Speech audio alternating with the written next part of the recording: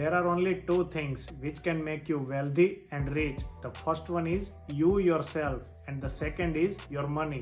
But the problem is, the first thing means you are wasting, the second thing means your money in several unnecessary ways which you don't even realize. In today's video, मैं आपको ऐसी 3 चीजें बताऊंगा जिस पर middle class जरूरत से ज्यादा ओवर स्पेंडिंग करके अपना पैसा वेस्ट कर रहा है, जो उसे मिडिल क्लास से लोअर क्लास बनने की ओर पुश कर रहा है। एंड अलॉन्ग विथ इट मैं आपको कैसे स्पेंडिंग को कंट्रोल एंड लिमिट कर सकते हैं उसके लिए सॉल्यूशंस भी प्रोवाइड करूंगा। So hello everyone, how are you? I am Hiran, welcome back to my YouTube channel wealth building with Hiran. So without wasting any more time, let's start with first thing first, marriages. लोग शादियों में अपनी पूरी life की saving लगा देते हैं क्योंकि वेडिंग सबको ग्रांड ही चाहिए। रिसेंटली इंडिया में अंबानी वेडिंग्स के बाद वो वायरल रील्स तो सबने देखी ही होगी जिसमें लोग कैलकुलेशंस दिखा रहे थे कि अंबानी ने अपनी नेट वर्थ का सिर्फ 0.5% ही पैसे शादी में स्पेंड किए हैं। इनफैक्ट हम ही वो लोग हैं जो एक दूसरे को वो रील्स फॉरवर्ड कर रहे थे, पर बात जब हमारे घर पर आती है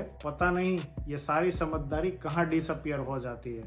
आपने अपने सोशल सर्कल में कहीं ना कहीं तो ऐसा देखा ही होगा कि कुछ लोग सोसाइटी के प्रेशर से एंड अपना स्टेटस एंड लेवल समाज में बनाए रखने के लिए पैसे बोरो करके या तो इंटरेस्ट पे पैसे लेकर शादी में स्पेंड कर रहे हैं। एंड अब तो EMIs पर वेडिंग की स्कीम्स भी आ रही है। If you heard about marry now pay later, specially in North India people are like शादियां तो एक ही बार होती है, हम तो धूमधाम से ही करेंगे। इनफैक्ट अब तो ये भी सच नहीं रहा, अब तो शादियां भी 2 बार या 3 बार भी हो रही है।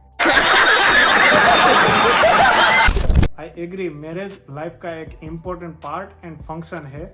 आप जो भी रिचुअल्स एंड बिलीफ्स को फॉलो करते हो उसी के अकॉर्डिंग आपको शादी करनी चाहिए। बट जरा सोचिए, आप वेडिंग्स में सभी चीजों को बेयर मिनिमम बेसिक्स पर रख के स्पेंडिंग करेंगे तो क्या शादी का पूरा कॉस्ट हाफ से भी कम नहीं हो जाएगा? एंड बाकी जो भी पैसे बच जाए उसे अगर सही से इन्वेस्ट करेंगे तो वो मैरिड कपल के लिए आफ्टर फ्यू इयर्स वो एक पैसिव इनकम जनरेट करेगा। या तो फिर उसकी न्यूली मैरिड लाइफ में इनिशियल स्टेज पर उसे पैसे की जरूरत है तो उसे इनिशियल फाइनेंशियल सपोर्ट मिल जाएगा जो उसकी मैरिड लाइफ को अच्छे से बूस्ट कर देगा। ये सारी बातें मिडिल क्लास फैमिलीज में घर पे डिस्कस होना बहुत ही इम्पोर्टेंट है, but the main problem is communication barrier and generational gaps जो एक फैमिली को कभी एक लाइन पर साथ में आना ही नहीं देता। द सेकंड थिंग जिस पे मिडिल क्लास अपना पैसा वेस्ट कर रहा है which is overspending on education. I know education is definitely an important and integral part of everyone's life, but क्या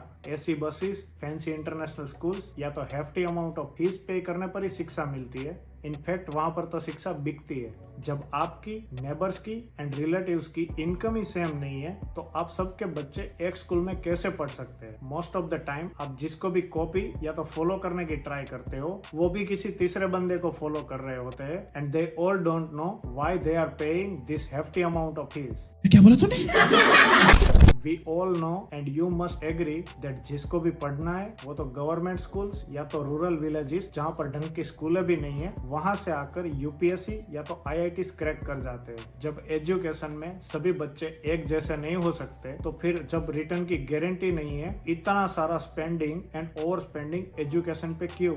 जो IITs एंड NITs में गुड रिटर्न की श्योरिटी है वो तो वैसे भी इतने एक्सपेंसिव नहीं है, बट 0.5% स्टूडेंट ही वहां पहुंच पाते हैं। बाकियों के लिए तो फैंसी इंफ्रास्ट्रक्चर वाले प्राइवेट कॉलेजेस खुले हैं जिसमें fees and facilities world class होती है, बट जॉब की कोई गारंटी नहीं। What I am trying to say here is बहुत ज्यादा फीस एंड नॉलेज का कोई कोरिलेशन नहीं है। सो एजुकेशन पे सबको अपने बजट के अकॉर्डिंग स्पेंडिंग करना चाहिए। जिसे पढ़ना है वो कोई भी स्कूल में पढ़ लेगा। सो stop following your fancy neighbors. The third one is overspending on buying unnecessary stuff.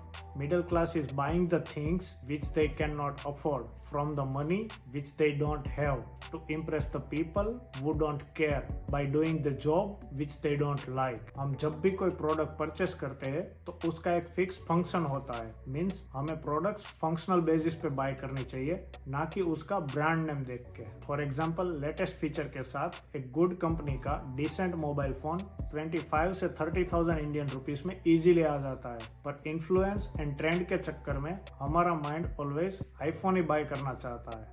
And अगर आपको पता भी है कि आप फाइनेंशियली आईफोन अफोर्ड नहीं कर सकते, फिर भी साइकोलॉजिकल प्रेशर आपको ईएमआई पे आईफोन लेने पर मजबूर कर देता है। एंड ऐसा सिर्फ आईफोन में नहीं, फोन पे लोन, बाइक पे लोन, ट्रैवल में लोन, घर के फर्नीचर में लोन, एंड अब तो शादियां भी लोन पे।